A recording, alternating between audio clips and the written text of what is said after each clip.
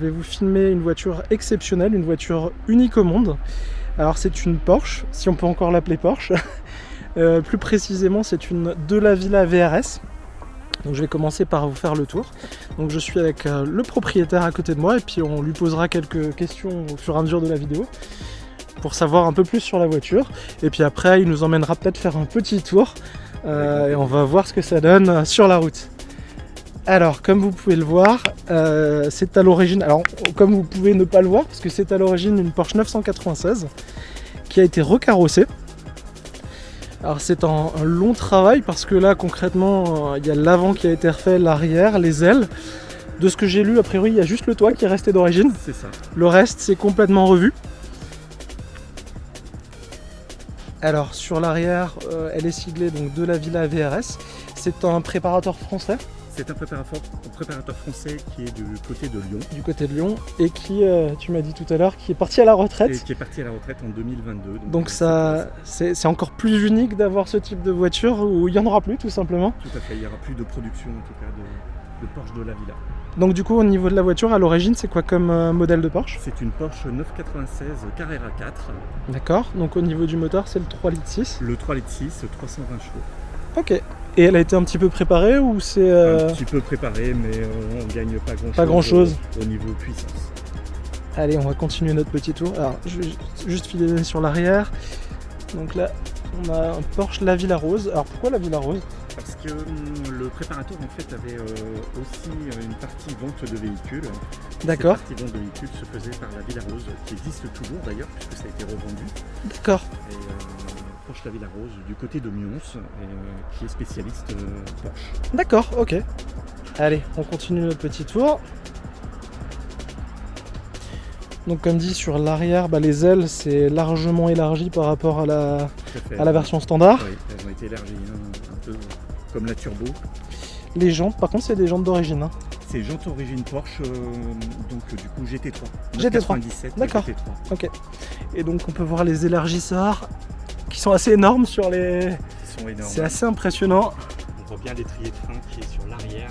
Et même l'étrier de frein a été repeint de la couleur de la carrosserie et badgé de la Villa, donc c'est jusqu'au bout. Alors même on voit le petit bouchon siglé Porsche. Oui. C'est un petit rajout, c'est... Non, ça a été... D'accord. Alors là, j'imagine les trois petits points sur le rétroviseur que c'est le clignotant. C'est le rappel des clignotants. D'accord, donc normalement il est sur le côté. Il est sur le côté, ça a été intégré. Ça a été changé et intégré. D'accord. D'accord. Alors là, on peut voir l'avant. Donc la voiture, on l'a mis à l'ombre. Alors la peinture, c'est quoi comme... c'est une couleur... C'est du blanc nacré, c'est ça? C'est un blanc nacré, donc ivoire. Ah, c'est vraiment magnifique. Et donc on peut voir l'avant. Donc l'avant c'est un avant de... Enfin la base c'est du 997. Mais le pare-choc a été... Pour les feux, ouais tout à fait. Donc ça c'est bien par rapport à la 996. Au moins on passe un cap et on est sur la version d'après. Les ailes avant ont été aussi élargies. Retravaillées, ouais. Ouais, ça se voit. De toute façon, sur le profil c'est assez impressionnant. Et du coup au niveau badge, il n'y a plus rien qui est siglé Porsche. Tout est... Oui, tout est siglé de la Villa en fait. Alors, je me rapproche. Ah, on va aller voir le capot avant. Il y a un petit peu de place quand même.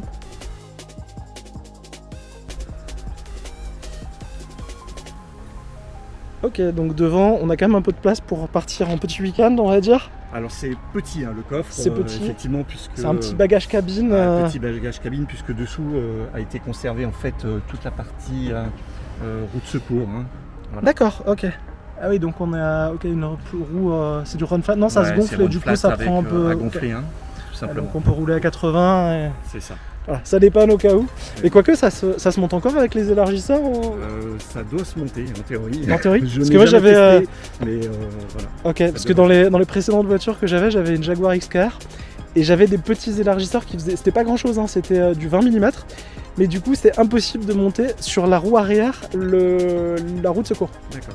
Donc mais je pense que le jour où j'aurai besoin un plateau pour... c'est ça, exactement. Alors au niveau de l'aileron arrière, on voit qu'il y a des entrées d'air. Oui. Donc c'est vraiment, c'est actif, hein, c'est pas de la déco là. Hein. Non, c'est pas de la déco, c'est vraiment l'admission d'air pour le moteur. Donc en fait il y en a deux des deux côtés, ça a la même fonction des deux côtés? Les deux côtés ont la même fonction. Hein. D'accord. Donc c'est vraiment l'admission d'air côté moteur. Tout ce qui grille sur les côtés, c'est pour le refroidissement des freins. D'accord. Que l'on a aussi bien sur l'avant que sur l'arrière. Ah, donc en plus on en a deux, on en a une en haut et une en bas. Tout à fait. Au niveau des roues, on est à quoi? Sur du 19, c'est ça? Ouais, du 295 30 19, ok. Et sur l'avant, c'est aussi du 19 pareil, un peu moins large sûrement. Un peu moins large. Ok. Elle est magnifique. Est-ce qu'au niveau de l'arrière, on peut ouvrir le... Ça s'ouvre le capot moteur arrière? Alors, on passe sur le moteur. Donc sur les Porsche, on voit pas grand chose sur la partie moteur. Oui, effectivement. Et donc en tout cas, c'est le 3,6 litres de 320 chevaux avec une toute petite préparation. Ouais, c'est super propre, hein, même la partie moteur. Après, on voit pas plus loin, mais... La caisse a été repeinte entièrement, puisqu'à l'origine, elle est gris arctique. Ouais. Et on ne voit plus du tout de gris, que ce soit dans le compartiment moteur, compartiment avant. Vraiment, tout a été fait. Tout a été fait. Au niveau de l'échappement, ça donne quoi? Parce que là, c'est un échappement spécial qui a été quand même bien travaillé. Je pense qu'au niveau du son, ça doit... Y a un joli ça chante. Son. Ça chante. Ça chante. Effectivement. Et je vais le mettre en route, comme ça vous avez ouais. le bruit.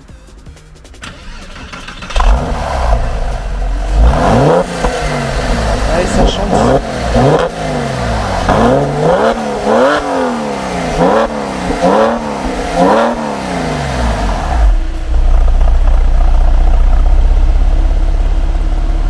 Le son est vraiment impressionnant, comme vous pouvez le constater. Et on va donc passer à la présentation intérieure de la voiture. Donc pareil, au niveau de l'intérieur, qu'est-ce qui a été refait? C'est d'origine ou... Non, pas du tout. Pas du tout. La sellerie a été refaite par l'ajout du biton. D'accord. Donc un magnifique biton blanc cassé, blanc cassé noir. Cassé, en fait, pour essayer de coller un petit peu à la couleur ivoire de la carrosserie. Et ça a l'air neuf, c'est ça qui est impressionnant. C'est des sièges sont d'origine, les sièges n'ont jamais été... Donc c'est des sièges d'origine, mais par contre... ouais, ok. Les tapis ont été ciblés de la Villa. En fait, tout est ciblé de la Villa. C'est ciblé, effectivement, tout comme l'arrière des sièges. Ah oui, d'accord, il y a un badge à l'arrière, super. Ouais, c'est vraiment une préparation complète, intérieur-extérieur, c'est assez impressionnant. Les seuils de porte, pareil, de la Villa VRS. Et sur la partie conducteur, bien sûr, ça a été modifié. On va passer à la partie conducteur, du coup.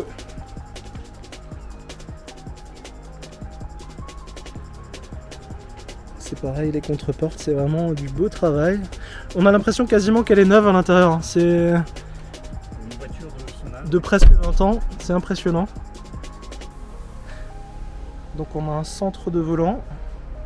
Ça c'est pareil, c'est pas d'origine. Non. Le centre de volant, donc les pédaliers alu. Ah, donc les pédaliers c'est pareil, c'est siglé, ils sont tous siglés de la Villa. Les LED de rappel au niveau des pieds. Ah oui, exact. Et les tapis de porte. De la Villa. Encore une fois, le seuil de porte. Les compteurs qui ont été siglés de la Villa VRS avec modification de la couleur. Ah, et donc c'est une voiture qui a presque 20 ans et que 58 000 km. C'est ça. C'est-à-dire qu'elle est presque neuve. Et l'ajout de la plaque de numérotation, puisque celle-ci porte le numéro 6 sur les 21 qui ont été produites. D'accord, donc il y a 21 exemplaires qui ont été produits. Et donc on va au milieu, on va regarder la numéro 6 sur 21. Et donc quelle est la différence avec les autres 21 voitures la couleur, produites principalement. D'accord, donc c'est une couleur par version, une par voiture. Et puis le modèle sur lequel la modification a été faite, puisque ça pouvait être une Carrera comme celle-ci, ou une Turbo, ou une GT3. D'accord, donc en fait on ramenait au préparateur la voiture qu'on souhaitait préparer. Tout à fait. Et il faisait la préparation complète sur la voiture. C'est ça. Je vais encore faire un petit tour et puis après je pense qu'on va aller faire un petit essai. Elle est vraiment magnifique. Allez, je propose qu'on aille faire notre petit essai. Allez, on est parti, on s'installe à bord.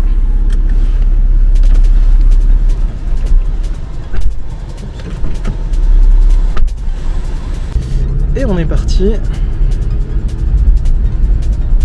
J'en profite, je vous filme un petit peu le compteur en action.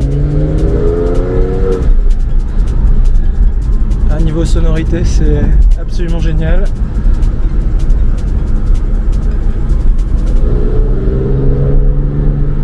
Au niveau des dodanes et tout ça, ça passe bien. Il faut faire attention parce qu'elle est très basse du fait qu'il y a une préparation des amortisseurs. On est sur des amortisseurs réglables. Ok. Elle a été surdécée et ce qui fait que malheureusement les ralentisseurs... On le sent même sur la route, la suspension c'est ferme. C'est ferme, c'est très ferme. Je vais essayer de faire une vue par le...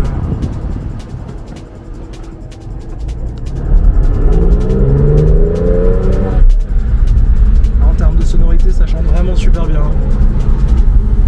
Elle a vraiment un très très bon son.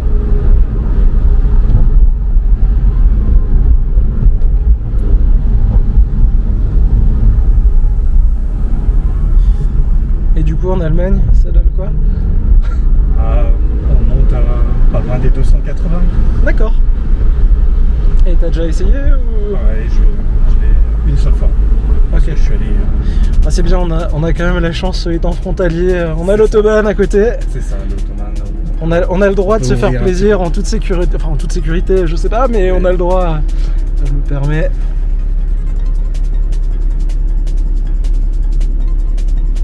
Et dans les options intérieures, il y a des choses qui ont été rajoutées en plus ou par rapport à la config de base?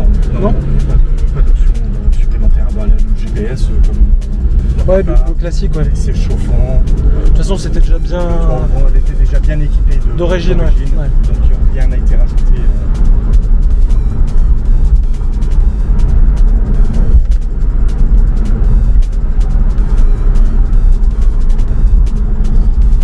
Comme il s'agit en termes de moteur, comme c'est le 3,4 litres, il y avait le sujet d'IMS à l'époque. Oui, c'était. Enfin, il y avait la fiabilisation, qui était. Donc elle a été faite.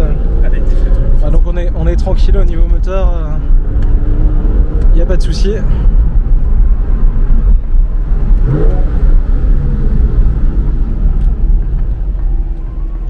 J'avais une petite question. Qu'est-ce que c'est que le trait au milieu? C'est la radio, l'antenne radio. D'accord, ça je savais pas du tout. Ok. Ok, bon.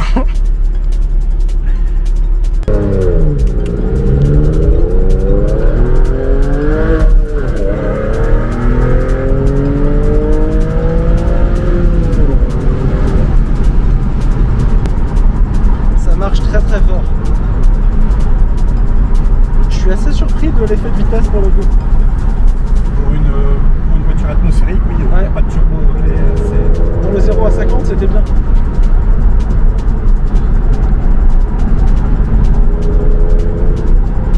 Elle monte très vite dans les tours quand même. Elle monte très vite dans les tours. On a approché 7000 tours. Ah, si je fais la comparaison à ma Ferrari California, je trouve qu'elle met un tout petit peu plus de temps à monter dans les tours pour une Admo. Bon, après, ça marche bien.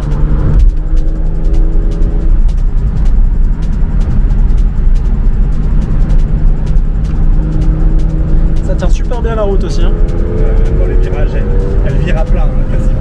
Ouais, on le sent, ouais, c'est vraiment stable. Hein.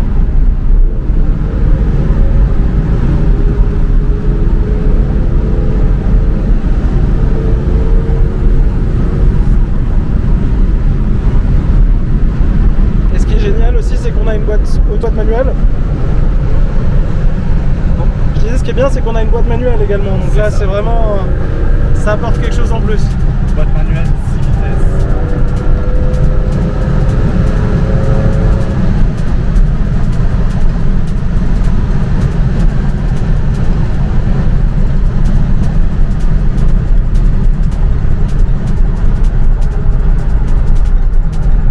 L'insertion sur autoroute, un vrai plaisir.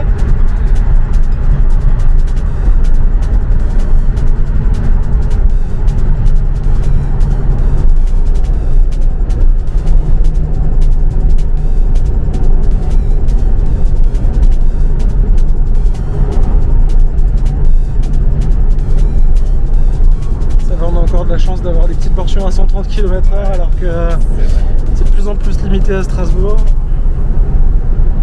avec 70 pour passer Strasbourg, c'est assez incroyable.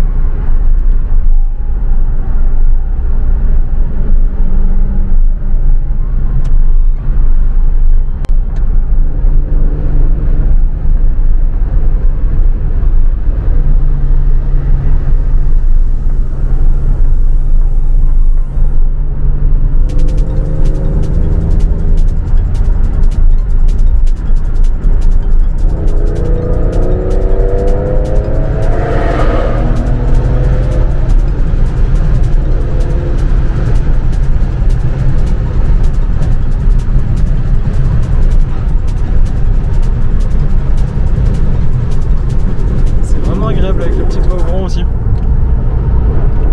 Ça donne pas mal de luminosité.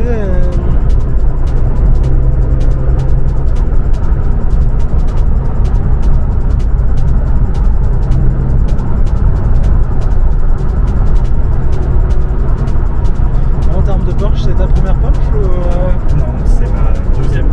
D'accord. Et la deuxième, t'avais quoi comme autre? Une 997 Carrera. D'accord. On a les gens à côté qui sont contents, ça donne le sourire.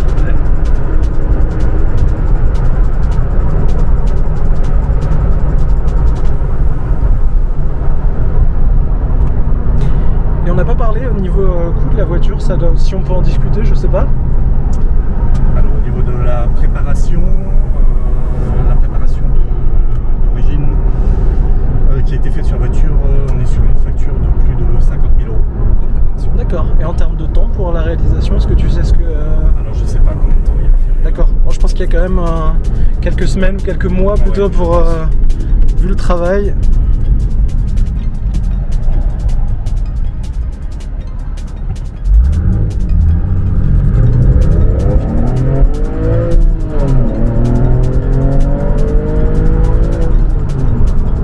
Impressionnant là pour le coup.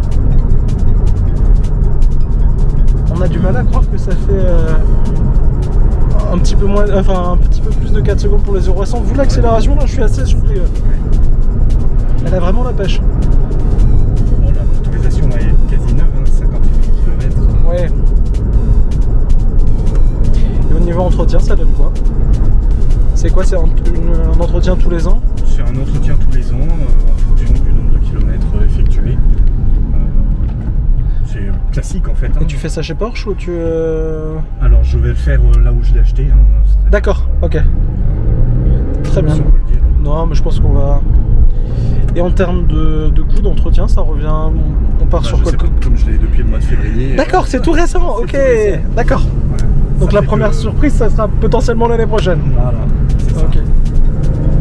Il y a des entretiens coûteux potentiellement à faire sur... Il y a toujours le gros entretien. Qui est... C'est quoi? Il y a une courroie de distribution du coup? Non, C'est une chaîne? accessoire. D'accord, ouais, donc on est déjà bien tranquille à ce niveau-là. Ouais, pas de courant. Ouais, donc c'est du courant, au pire des cas, les bougies, filtreur, huile, ouais. Vidange de la boîte. Ouais, ça va, c'est du relativement standard. C'est relativement standard.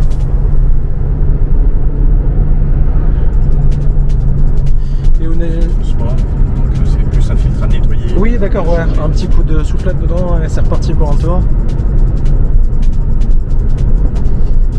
Et au niveau assurance, ça, si on peut en parler, ça donne quoi en termes de Alors, tarifs? c'est justement un petit peu compliqué au niveau de l'assurance. Parce que comme c'est pas standard, c'est pas standard et il faut que l'assurance puisse prendre en compte en fait le fait que ce soit une préparation et préparation que... extérieure et donc en cas d'accident qu'il puisse y avoir réparation.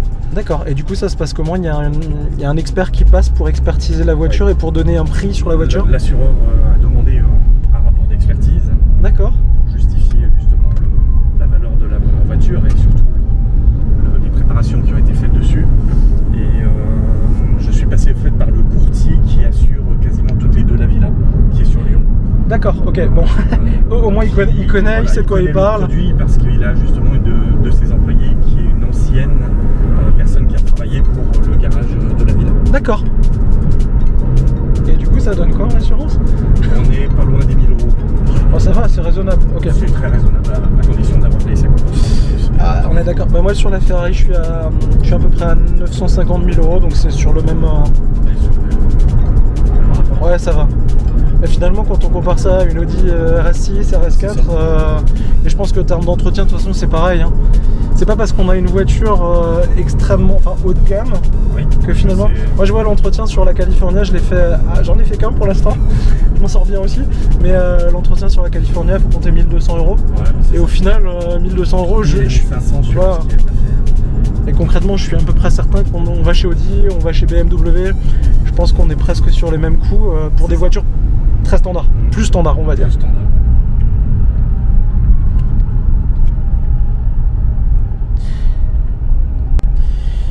Et du coup, on est en train de se garer et on va faire un dernier petit tour extérieur de la voiture avant de finaliser tout ça.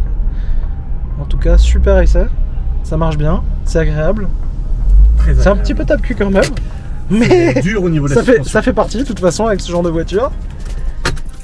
Allez, on repart pour un dernier petit tour.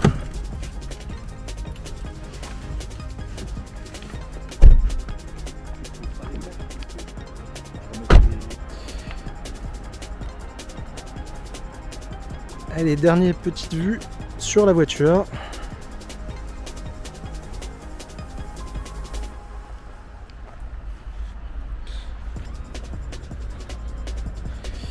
En tout cas, merci beaucoup pour cette balade, cet essai et toutes ces explications sur la voiture. Merci à toi. Vraiment impressionnant et puis vous allez pouvoir retrouver ça sur ma chaîne.